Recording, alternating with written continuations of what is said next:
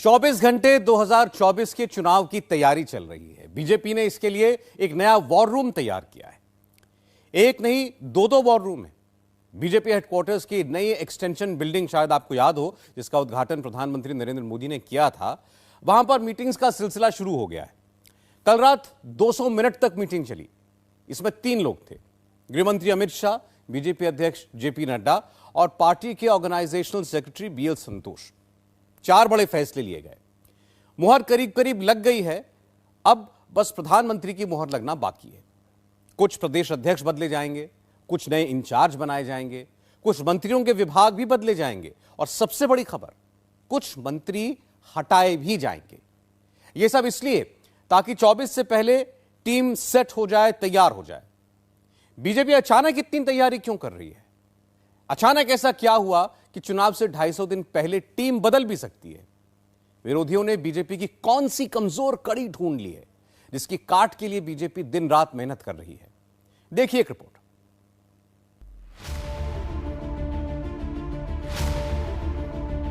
BJP का 24 वाला war room खुल गया। पहली मीटिंग में क्या डिस्कशन हुआ? राजस्थान, मध्य प्रदेश और छत्तीसगढ़ में चुनाव है। क्या शाह और नड्डा ने फॉर्मूला फाइनल कर दिया? बैक टू बैक 2 दिन की मैराथन मीटिंग।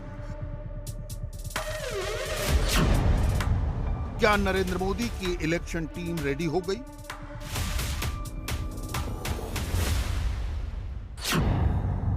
क्या सीट बंटवारे का फॉर्मूला शिंदे को बता दिया गया? शरद पवार की मराठा पॉलिटिक्स में शिवाजी छाए। भतीजे अजित पवार ने अलायंस पर नया क्या सोचा? मोदी रीजनल पार्टियों को मनाएंगे, एनडीए का कुनबा बढ़ाएंगे। प्रधानमंत्री ने बीजेपी के मुख्यमंत्रियों को क्या समझा कर भेजा? अशोक गहलोत ने मोदी मॉडल उड़ा लिया। सीधा 1140 रुपए से सिर्फ 500 रुपए कर देना बहुत बड़ी बात है, बहुत बड़ी बात है। लाभार्थी वोट खींचकर क्या जादूगर ने चुनाव फंसा दिया?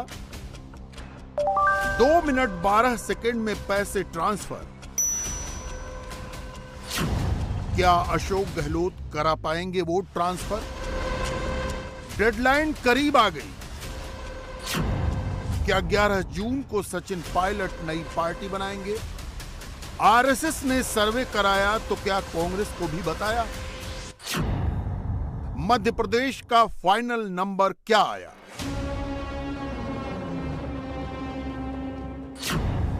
छत्तीसगढ़ में कांग्रेस ने अपना सर्वे दिखाया। बीजेपी को क्यों चिढ़ाया? बीजेपी 23 नहीं 24 की ओर देख रही है। मोदी की पार्टी ने ये वॉर रूम बनाया ही है 2024 के लिए। कल देर रात यहां बीजेपी के 3 बड़े नेता इकट्ठा हुए।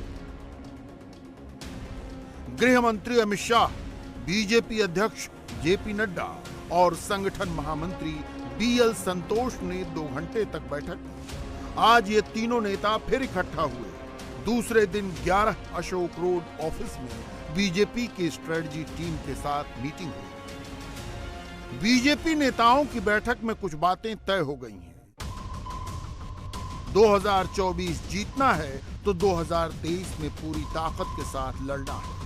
बीजेपी स्पेशलाइज्ड टीम बनाकर मैदान में उतरेगी। जल्द ही चुनाव प्रभारियों का ऐलान होगा। एमपी, राजस्थान और छत्तीसगढ़ में बीजेपी बड़े नेताओं को जिम्मेदारी देगी। कुछ बड़े राज्यों में बीजेपी के प्रभारी भी बदले जा सकते हैं। 19 का चुनाव अगर नॉर्थ सेंट्रिक था तो 24 में मोदी साउथ सेंट्रिक चुनाव लड़ेंगे। कांग्रेस जहां से वापसी की उम्मीद लगा रही है, मोदी वहीं जाकर राहुल गांधी को चैलेंज करेंगे। महाराष्ट्र में राज ठाकरे की एमएनएस, पंजाब में सुखबीर बादल की शिरोमणि अकाली दल, आंध्र प्रदेश में पवन कल्याण की जनसेना पार्टी और कर्नाटक में देवगौड़ा की जेडीएस, ऐसे कई क्षेत्रीय दल मोदी के रेडार पर हैं। आने वाले दिनों में एनडीए का कुनबा बढ़ने वाला है। 28 मई को नई संसद के उद्घाटन के मौके पर प्रधानमंत्री बीजेपी के मुख्यमंत्रियों से मिले तो उनको यही समझाकर भेजा कि बीजेपी क्षेत्रीय दलों के खिलाफ नहीं है। एनडीए 25 साल पुराना गठबंधन है, जबकि यूपीए को अभी केवल 19 साल हुए। बीजेपी 24 की तैयारियों में जुट गई है, लेकिन अपोजिशन की पटना वाली मीटिंग टल गई है। विपक्षी एकता वाली खिचड़ी तैयार होने से पहले ही चूल्हे पर जल गई। राहुल गांधी जिस यूनाइटेड अपोजिशन के लीडर बनना चाहते हैं, चर्चा है कि उसे यूनाइटेड करने में सबसे बड़ा रोड़ा राहुल गांधी ही बन गए। 2024 में राहुल गांधी कम से कम 350 सीटों पर कांग्रेस कैंडिडेट उतारना चाहते हैं। लोकसभा की 543 सीटों में से 350 सीट अगर कांग्रेस के लिए निकाल दें तो केवल 193 सीट बचती है। कांग्रेस चाहती है कि विपक्ष की 20 पार्टियां इन्हीं 193 सीटों पर एडजस्ट हो जाए। राहुल गांधी एंटी मोदी मोर्चा में अपर हैंड चाहते हैं। कांग्रेस कहती है कि वो नेशनल पार्टी है, इसलिए राहुल ही एंटी मोदी कैंप को लीड करे। अपोजिशन कैंप में लीडरशिप का इश्यू पहले दिन से था, लेकिन सीटों के बंटवारे का पेच फंसा तो नीतीश कुमार की विपक्षी एकता वाली ट्रेन डिरेल हो गई। नीतीश कुमार ने अगली मीटिंग बुलाने से पहले शर्त ठोक दी है, अगर आना है तो पार्टी के अध्यक्ष ही पटना आए, वरना मत आए। अपोजिशन कैंप में नेता कौन के सवाल पर पेच फंस गया दिखता है। 22 जून या 25 जून की मीटिंग भी अभी कंफर्म नहीं है। 2019 में जिस तरह विरोधी बढ़ गए और मोदी जीत गए, वही कहानी दोहराई जा रही है। कांग्रेस का अप्रोच कर्नाटक चुनाव के बाद बदला है।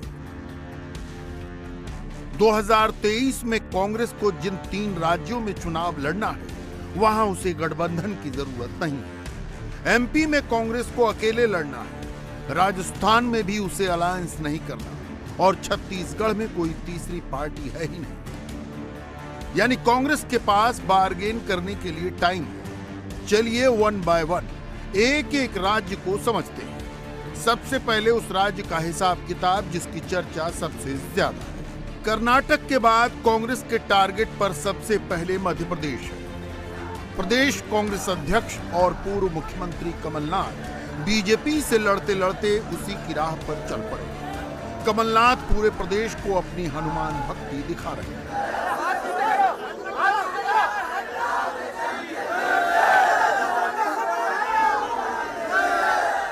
आज मध्य प्रदेश को बचाने की बात शिवराज सिंह जी पिछले 4-5 महीने से घोषणा मशीन है।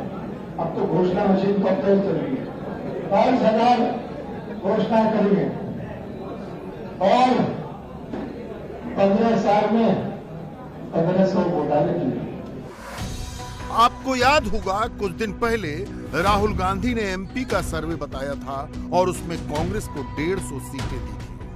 अभी हमारा डिस्कशन हुआ, लंबा चौड़ा डिस्कशन हुआ और हमारी इंटरनल असेसमेंट है कि 136 मिली कर्नाटक में। हमारा इंटरनल असेसमेंट है कि हमें एमपी में 150 मिलने जा रही है। तो कर्नाटक में जो किया उसको हम रिपीट करने जा रहे हैं। Thank you. सीएम का चेहरा क्या कमलनाथ होंगे मध्य प्रदेश में? भैया 150 सीटें आने वाली है। Thank you. कांग्रेस का अपना सर्वे कल की बात हो गई। अब एमपी में कांग्रेस अपना नहीं आरएसएस का सर्वे दिखा रही है और खुद को जीतता हुआ बता रही है। कांग्रेस ने एमपी में जनवरी से अब तक 6 सर्वे होने का दावा किया है। कांग्रेस के मुताबिक आरएसएस के जनवरी के सर्वे में बीजेपी को 103 सीट मिलती दिख रही थी, जो फरवरी में घटकर 95 सीट हो गई। आरएसएस के मार्च के सर्वे में बीजेपी 15 सीट और नीचे पहुंच गई और 80 सीटों पर टिक गई। अप्रैल के सर्वे में बीजेपी को सिर्फ 70 सीट मिलने का दावा किया गया। मई के सर्वे में बीजेपी को 65 और जून के सर्वे में 55 सीटें मिलने का दावा किया गया। आरएसएस के सर्वे के बारे में ये सारी बातें कांग्रेस ने बताई। बीजेपी के लिए यह हजम होने वाली बात नहीं कि आरएसएस चुनावी सर्वे भी करे और उसके बारे में कांग्रेस को बता दे। कांग्रेस की अभी इतनी हैसियत नहीं है कि वो आरएसएस पर कोई टिप्पणी करे। आरएसएस राष्ट्रवादी वो संगठन है जिसको राजनीति से कोई लेना देना नहीं है। इस देश की एकता अखंडता को कायम रखने के लिए हजारों लाखों स्वयंसेवक दिनों रात लगकर सेवा कार्य में लगे हैं। कांग्रेस की इतनी हैसियत नहीं है। राहुल गांधी को 150 का मतलब भी नहीं मालूम होगा। मैं चुनौती देता हूं कि 1 से लेकर 150 तक की वो गिनती गिन ले। और उस व्यक्ति की आप क्यों बात कर रहे हो जो यहां पर तो कोर्ट के ऊपर जनेऊ पहन के अपने आप को हिंदू प्रदर्शित करने की कोशिश करते हैं राहुल गांधी, और 7 समुंदर पार जाते हैं तो मुस्लिम लीग सेक्युलर है इस बात को लेकर बातें करते हैं। कांग्रेस की टाइमलाइन पर इन दिनों फ्री बहुत दिख रहा है। कर्नाटक में 200 यूनिट बिजली फ्री, राजस्थान में 100 यूनिट बिजली फ्री और छत्तीसगढ़ में 400 यूनिट तक बिजली बिल हाफ। राजस्थान के मुख्यमंत्री अशोक गहलोत ने नरेंद्र मोदी की योजना ही नहीं उठाई, मोदी का लाभार्थी शब्द भी उठा लिया। मोदी सरकार की उज्ज्वला योजना को गहलोत ने Indira Gandhi gas cylinder subsidy योजना का नाम देकर लॉन्च कर दिया। सीधा 1140 रुपए से सिर्फ 500 रुपए कर देना बहुत बड़ी बात है, बहुत बड़ी बात है। स्कीम भारत सरकार की, ये उज्ज्वला योजना प्रधानमंत्री मोदी जी की है। उन्होंने शुरू करी है कि जो गरीब लोग हैं उनके लिए उज्ज्वला योजना चालू करी। पर 400 रुपये गैस सिलेंडर बढ़ते बढ़ते बढ़ते बढ़ते 1140 का हो गया। तो आप बताइए इतना महंगा सिलेंडर वो गरीब परिवार कैसे खरीद सकते हैं? स्कीम उनकी है। यही फर्क है बीजेपी के अंदर कांग्रेस के अंदर। हम उन्हीं स्कीमों को बंद नहीं करते हैं। ये उदाहरण है उज्ज्वला का, तो उनकी स्कीम को हम सपोर्ट कर रहे हैं और वो जब सरकार में आते हैं तो हमारी रिफंड भी बंद कर दें। गहलोत का फॉर्मूला मोदी फॉर्मूले की ट्रू कॉपी है। गहलोत 500 रुपए में गैस सिलेंडर देंगे, फायदा उज्ज्वला लाभार्थियों को मिलेगा। राजस्थान में 76 लाख उज्ज्वला लाभार्थी हैं, सब्सिडी का पैसा सीधे खाते में जाएगा। हिंदी में एक कहावत होती है, थोथा चना बाजे घना। क्योंकि आपने पिछले 4.5 साल तक जितने काम किए थे वो धरातल पर नहीं उतर पाए, लोगों की अपेक्षाओं पर सरकार खरा उतर नहीं पाई, इसलिए यह घोषणाओं का झुंझुना बाजा करके अब लोगों को एक बार फिर सम्मोहित करने का प्रयास अशोक गहलोत सरकार कर रही है। हिंदी में एक और कहावत होती है, दूध का जला छाछ को भी फूंक करके पीता है। राजस्थान के किसान, राजस्थान के युवा, राजस्थान की महिलाएं, राजस्थान के व्यापारी व्यवसायी 2018 में इस तरह की घोषणाओं पर विश्वास करके अपना मुंह जला चुके हैं। अब की बार वो दोबारा धोखा नहीं खाने वाले। राजस्थान में अशोक गहलोत को सत्ता में वापसी करनी है तो उनको बीजेपी से लड़ना होगा, लेकिन अभी तो गहलोत को सचिन पायलट ही सबसे बड़े चैलेंजर दिख रहे हैं। सचिन पायलट 11 जून को बड़ा सियासी कार्यक्रम करने वाले हैं। पायलट का रथ भी तैयार है। मारवाड़ से पायलट की रथ यात्रा निकलने वाली है। राजस्थान में 2 नई सियासी पार्टियों का रजिस्ट्रेशन हुआ है। एक है प्रगतिशील कांग्रेस और दूसरी है राज जनसंघर्ष पार्टी। चर्चा है कि 11 जून को पायलट इनमें से किसी एक पार्टी को लॉन्च करने का ऐलान कर देंगे। मैं आपसे सुन रहा हूं तो मेरा ख्याल ऐसी कोई बात नहीं है, ना ही उनकी पहले मन था ना ही अब मन है। कैबिनेट में तो उनका नहीं जाएगा कि दिल्ली हमारा जो हाई कमांड है उनके पास पहले ही केस है, और उस दिन हमने 90% जो बातें थी वो ख़त्म हो गई थी। 10% का भी कोई ऐसा मसला नहीं। और ये मेरा ख्याल कि आपकी और मीडिया में ज़्यादा बात है, ऐसी कोई बात नहीं। सर सुलह हो चुकी है या? बिल्कुल सुलह उस दिन पूरी हो गई थी, और तभी तो वो बाहर इकट्ठे दोनों आए थे और वेणुगोपाल जी ने वहाँ प्रेस कॉन्फ्रेंस की थी। इस साल चुनाव वाला एक और राज्य है छत्तीसगढ़। जहां विधानसभा की 90 सीटें हैं। कांग्रेस ने आज दावा कर दिया कि वो छत्तीसगढ़ में 75 सीटें जीतेगी। छत्तीसगढ़ में 75 सीटों वाला सर्वे कांग्रेस का अपना सर्वे है। मध्य प्रदेश की 230 सीटों में से 150 सीटें, राजस्थान की 200 सीटों में से 156 सीटें और छत्तीसगढ़ की 90 सीटों में से 75 सीटें। उत्तर और मध्य भारत के तीनों चुनावी राज्यों में कांग्रेस कर्नाटक रिपीट करने का सपना देख रही है। टारगेट बहुत टफ है और कांग्रेस को जिस पार्टी से लड़ना है उसका चैलेंज उससे भी ज्यादा टफ है। बीजेपी ने डिसाइड किया है कि वो किसी भी राज्य में लूज मैच नहीं खेलेगी। जहां संभावना कम है वहां भी मोदी की पार्टी पूरा दम लगाएगी। बीजेपी नेशनल लेवल पर अलायंस पार्टनर तलाश रही है, लेकिन हरियाणा में उल्टी बयार बह रही है। पहलवानों के मुद्दे पर अलग लाइन लेने वाले दुष्यंत चौटाला के साथ तनातनी बढ़ी। विप्लव देव ने दुष्यंत चौटाला की उचाना सीट पर बीजेपी कैंडिडेट उतारने की बात कही तो दुष्यंत चौटाला ताव खा गया। किसी को जब लड़ाना चाहे, इस पे मैं तो टिप्पणी नहीं कर सकते, तो चुनाव आएंगे जब की बातें हैं। मैं तो इतना बोल सकता हूँ कि पिछले 3.5 साल से मजबूती के साथ हमने प्रदेश में सरकार चलाई है। किसी की कोई इच्छा बदल रही है तो वो आकर इसको व्यतीत कर सकते हैं। 24 में सीटों के लिहाज से यूपी के बाद जो एक राज्य सबसे अहम है वो है महाराष्ट्र। महाराष्ट्र का सर्वे बीजेपी और शिंदे सेना के लिए अच्छे संकेत नहीं दे रहा है। महाराष्ट्र के एक अखबार ने जो सर्वे कराया उसके मुताबिक अगर आज महाराष्ट्र में वोट पड़ जाए तो महाविकास आघाड़ी यानी कांग्रेस प्लस राष्ट्रवादी कांग्रेस प्लस उद्धव शिवसेना, इन तीनों को मिलाकर 47.7% वोट मिलेंगे और भाजपा प्लस शिंदे की शिवसेना को 39.3% वोट मिलेंगे। महाराष्ट्र में बीजेपी 33.8% वोट के साथ सबसे बड़ी पार्टी तो बन जाएगी, लेकिन शिंदे की शिवसेना सिर्फ 5.5% वोट ही पाएगी। इस सर्वे के मुताबिक महाराष्ट्र में कांग्रेस को 19.9%, राष्ट्रवादी कांग्रेस को 15.3%, शिवसेना उद्धव गुट को 12.5% वोट मिल सकते हैं। महाराष्ट्र का ये सर्वे बीजेपी को एनडीए का दायरा बढ़ाने पर मजबूर कर रहा है। आने वाले दिनों में राज ठाकरे की एनडीए में एंट्री हो सकती है।